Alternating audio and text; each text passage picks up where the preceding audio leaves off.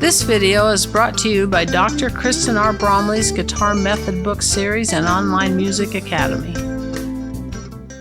Hi, I'm Dr. Kristen Bromley. Welcome to my online academy. It's my pleasure to meet here with you in these online lessons. In this video, I'm going to go over minor seventh chords that have a sharp 5 in them. So minor 7, sharp 5 chords. Of course, we'll learn a couple voicings that work really well on the guitar, and we'll practice using these by jamming right along with bass and drums on a chord progression that will allow us to get used to using these voicings in all 12 keys. So it's going to be great. This video accompanies lesson 28 from my Chords and Harmony Books 1 and 2 method book. In the book, we're going to start off on page 182.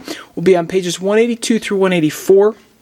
You'll see an explanation for this type of chord there on page 182. You'll see some diagrams for the different types of chords taught in lesson 28 there on page 183. And then we are going to play chord progression number 1 from page 184. You'll also see some examples of the chord symbols there on page 182. Okay, so minor 7th chords that have a sharped 5th. Well, in the last video, we learned about minor 7th chords that have a flat 5. Now we're just altering those so they have a sharp 5. And in the notated example there on page 182, it shows this in the key of C. So I'm going to demonstrate it here with C. So with this chord, we have a root, a flatted 3rd, and then we have a sharp 5. So that sharp 5, and then we have a flatted 7th. Now I don't know that I physically can reach very well to catch all those, but there we have it. So we have the root, a C, in this case, E flat, which is the flatted 3rd, G sharp, which is the sharp 5, and then that B flat, which is the flatted 7th, and we get a minor 7th chord with a sharp 5. You'll see the chord symbols there demonstrated towards the bottom of page 182. So we're going to have something telling us we have a minor 7th chord, the root, and a lowercase m, and then a 7, for example, or the root, the minus sign, and then a 7. We've learned about minor 7th chords before, so we're going to see that minor 7th chord symbol, and then it's going to be followed by a plus 5 or a sharp sign 5, and that could be in parentheses. That might just follow number 7, but something's going to tell us we need that sharp 5th in this chord.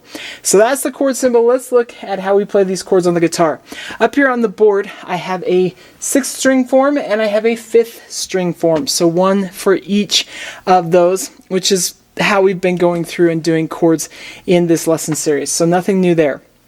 I'm going to demonstrate these at the 6th fret. So I'm going to put my 6th string fret at the 6th. I'm going to put my 6th string form. I'm going to put the root at the 6th fret. Same with the 5th string form.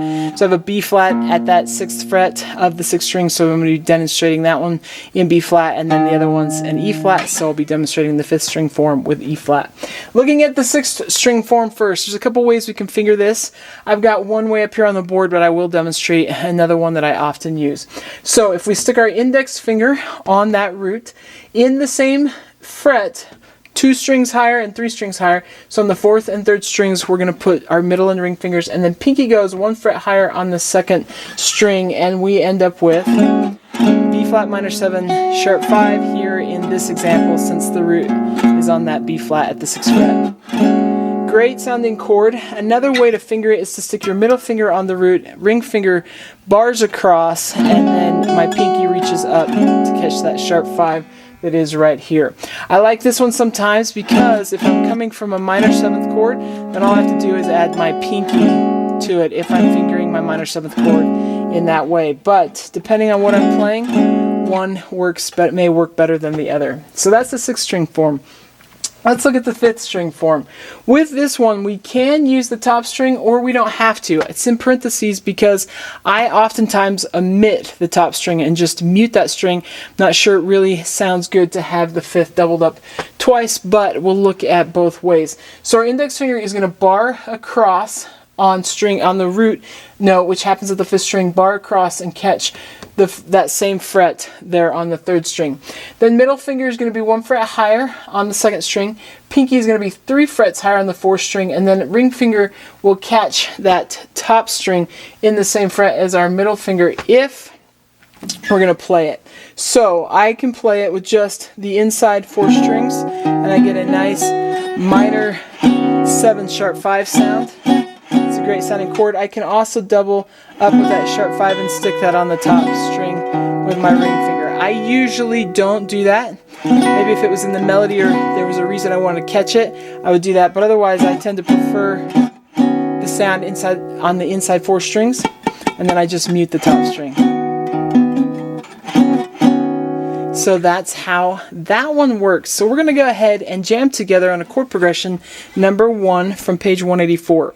You'll just see the root names written there. So we will start off with the C minor 7 sharp 5, and then we'll go to F minor 7 sharp 5, and then B flat minor 7 sharp 5, and E flat minor 7 sharp 5, and so on and so forth. I'm just going to use a nice do-dot strumming pattern like I have been doing lately because it's easy. It allows us to focus on finding these chords. This chord progression is going to happen twice, first at a slower tempo and then at a faster tempo. So it'll be as easy as that. If you want to pause the video and get used to going back and forth between those voicings first, that can be a helpful thing to do.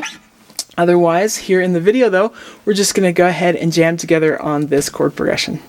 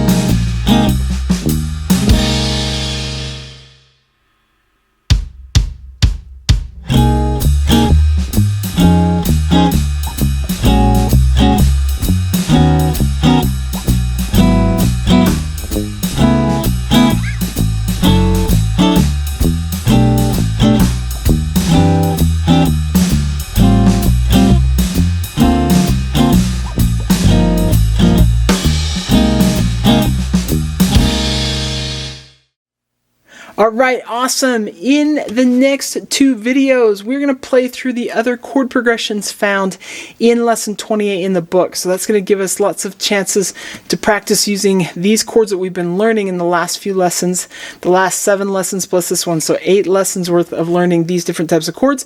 We'll be able to plug those in and play them in some chord progressions right in context. So lots of great ways to get practice with doing that. So in the next 2 videos, we are going to play through those. It's going to be great. Take care, and I'll see you again. Thanks for watching this video. If you found it helpful, please hit the like button and subscribe to the channel. And be sure to check out more great content.